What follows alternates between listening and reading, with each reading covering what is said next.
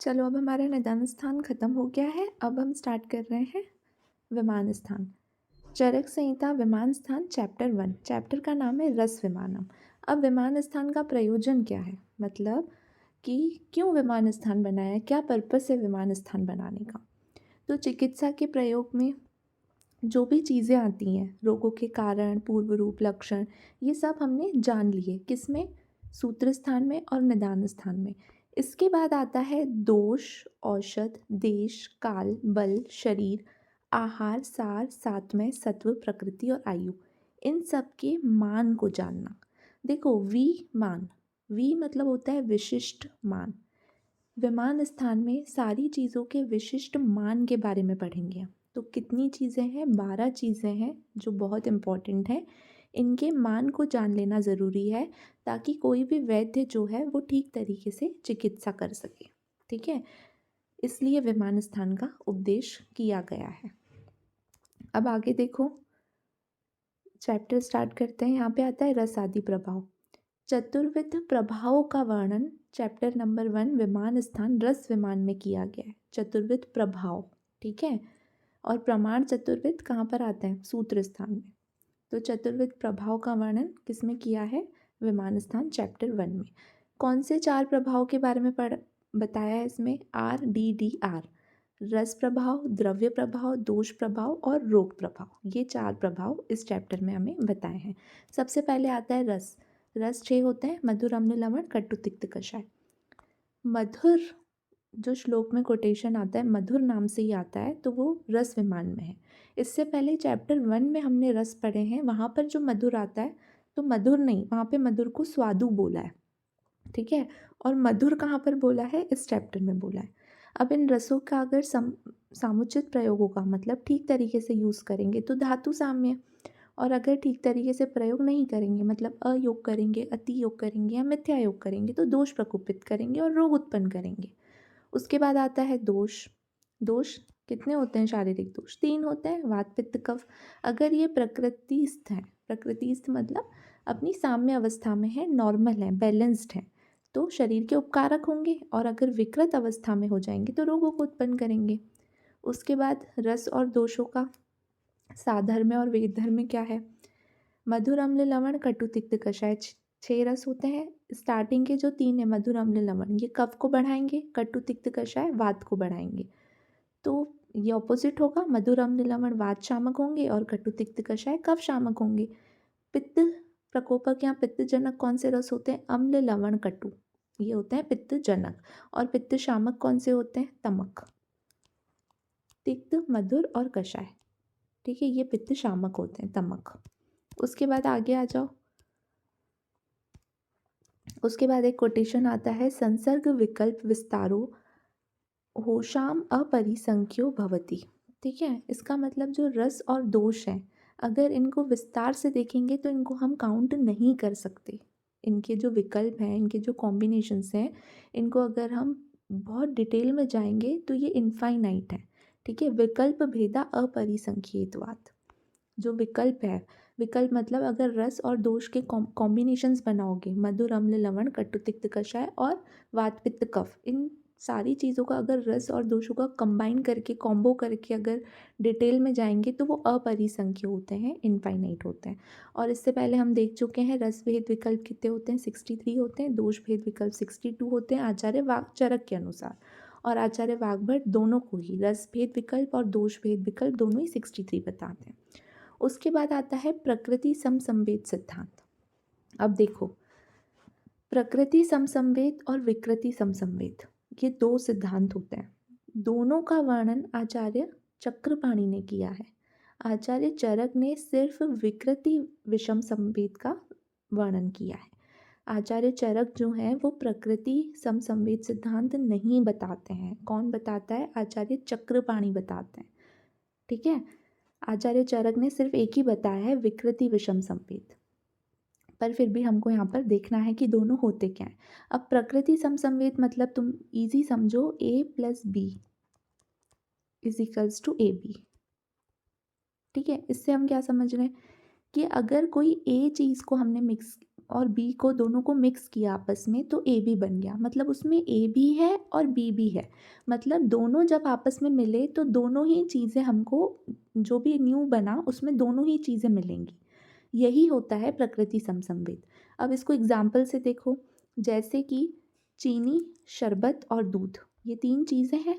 इन तीनों चीज़ों का, ये तीनों कौन से रस वाली हैं? मधुर रस वाली हैं।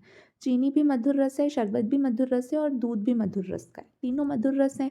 अब तीनों को हमने मिला लिया, ठीक है, चीनी, शरबत और दूध को मतलब शेक बना लिया, तीनों को मिक्स कर लिया, तो जो हम पियेंगे वो भी क्या होगा? मधुर रस का ही होगा।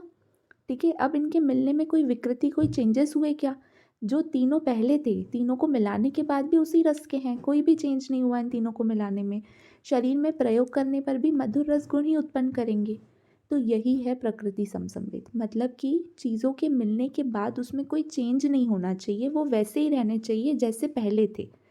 ठीक है, तो वो ही होता है प्रकृति समसंवेद।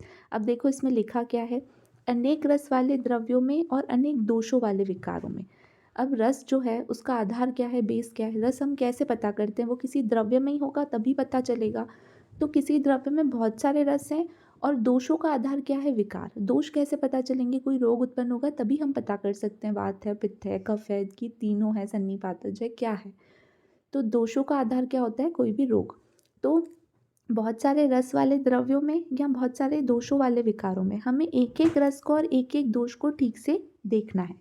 उसके बाद द्रव्यों और विकारों के प्रभाव तत्व, मतलब जो दोनों को कंबाइन करने के बाद जो द्रव्य हैं जिसमें बहुत सारे रस है, समझो मधुर भी है और कटु भी है, और विकार है जिसमें वात भी है और पित्त भी है, तो उसके बाद हमें ये डिसाइड करना है कि क्या उस द्रव्य का या उस रोग का क्या प्रभाव होगा।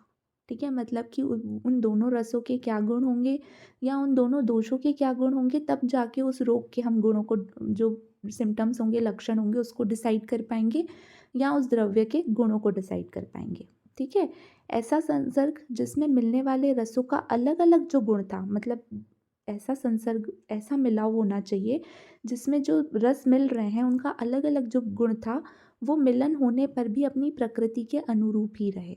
मतलब मिलने के बाद भी वो सेम टू सेम वैसा ही रहे जैसा पहले था, उसमें कोई चेंज नहीं होना चाहिए। और वैसा ही दोषों के लिए, ठीक है, मतलब ऐसा संसर्ग हो दोषों का जिसमें जो अलग अलग दोषों के गुण थे वो उनका मिलन होने पर भी अपनी प्रकृति के अनुरूप ही रहे। ठीक है, तो यही होता है प्रकृति समसंवेद। उसके बाद आता है विकृति विषम संवेद। अब इसमें क्या होगा, ए प्लस बी सी बन जाएगा। मतलब ये ए था, ये बी था, मिलने के बाद सी बन गया, कुछ डिफरेंट बन गया। अब सी में ए भी नहीं है, बी भी नहीं है, चीज़ें बदल गई, तो वो विकृति विषम संवेद होता है। तो ये किस में होगा? विकृति रूप से मिले हुए जो चीज़ें होंगी, विषम रूप से मिली होंगी, अनेक प्रमाणों में मिली हुई होंगी, परस्पर एक दूसरे के द्वारा गुणहीन किए गए स्वरस कल्प, जो भी कल्पनाएं होती हैं। तो इसमें क्या होता है, जो रस होते हैं वो अलग अलग हो जाते हैं, या जो दोष होते हैं वो अलग अलग हो जाते हैं, डिफरेंट कुछ सामने आता है।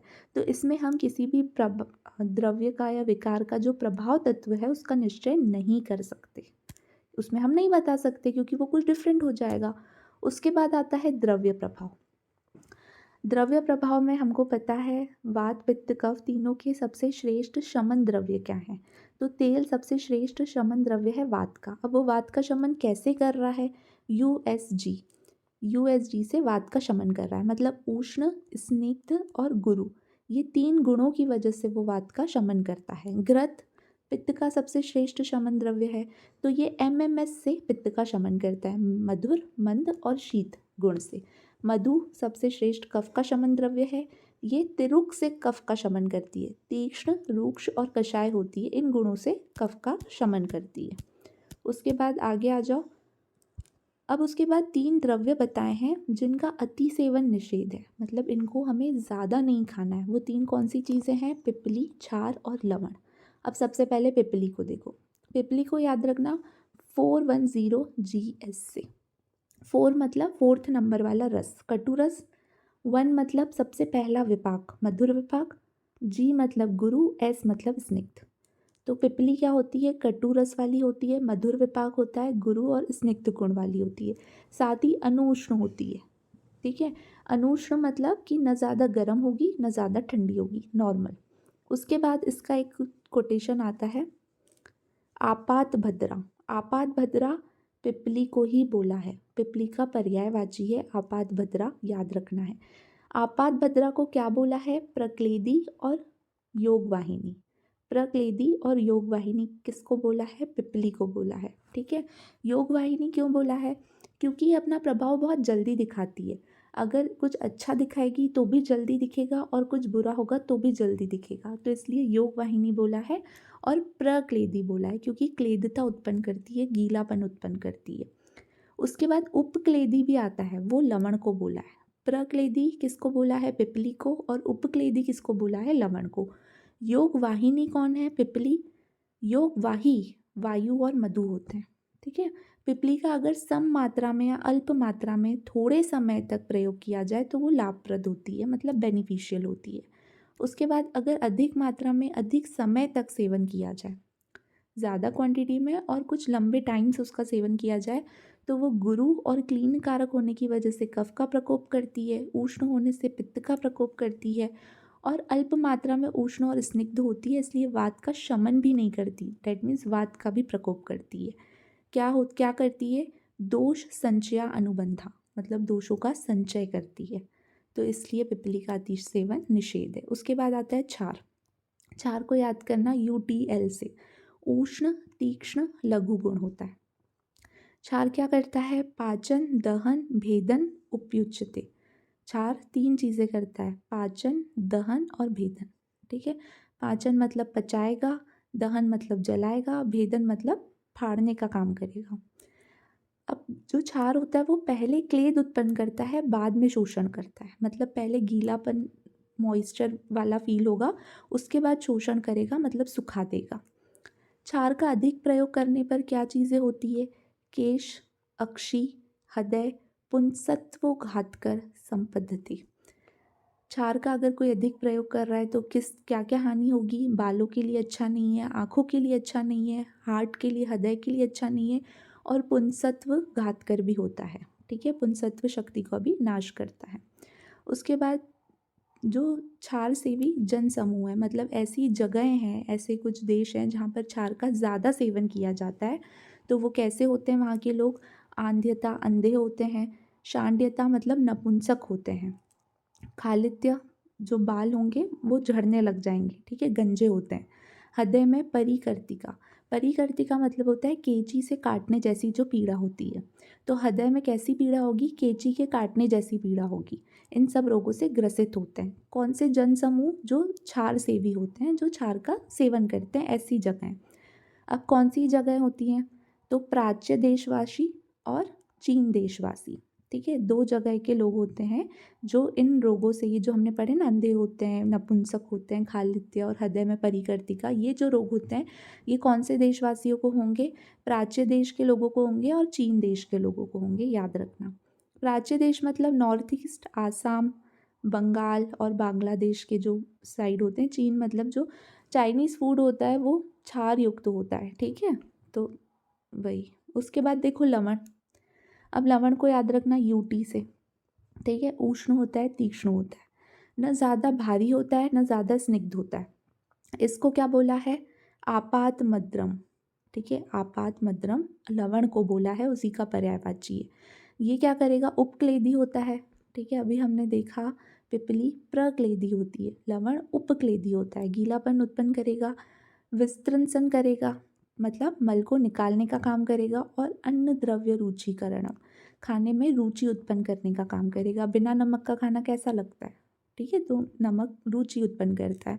लवण के प्रयोग क्या क्या यूज़ होता है? रोचन, खाने में रुचि उत्पन्न करेगा, पाचन, खाने को पचाएगा, क्लेदन, गीला करेगा, विस्तृंसनार्थम, विस्तृंस मतलब कि मल की प्रवृत्ति कराने में हेल्प करेगा, उपयुज्यते यूज़ होगा इसमें। अधिक मात्रा में अधिक समय तक कोई प्रयोग करेगा तो वही दोष संचयानुबंधी, दोषों का संचय करेगा। अधिक मात्रा में कोई प्रयोग कर रहा है तो उसको क्या क्या रोग हो जाएंगे? क्षीणता, शिथिलता और दुर्बलता। जिस ग्राम या नगर देशवासी जो लवण का ज़्यादा यूज़ करते हैं उनको क्या क्या रोग होते हैं? खालित्य, बाल झड़ने लग जाएंगे, गंजा हो जाएगा। पालित्य, बाल सफ़ेद होने लग जाएंगे। इंद्रलुप्त, इंद्रलुप्त मतलब होता है स्पॉटिंग, मतलब कुछ पर्टिकुलर जगह से पूरे बाल हट जाते हैं, ठीक है, उसको इंद्रलुप्त बोलते हैं। फिर अकाल में वलय, वलय मतलब होता है रिंकल्स आ जाना।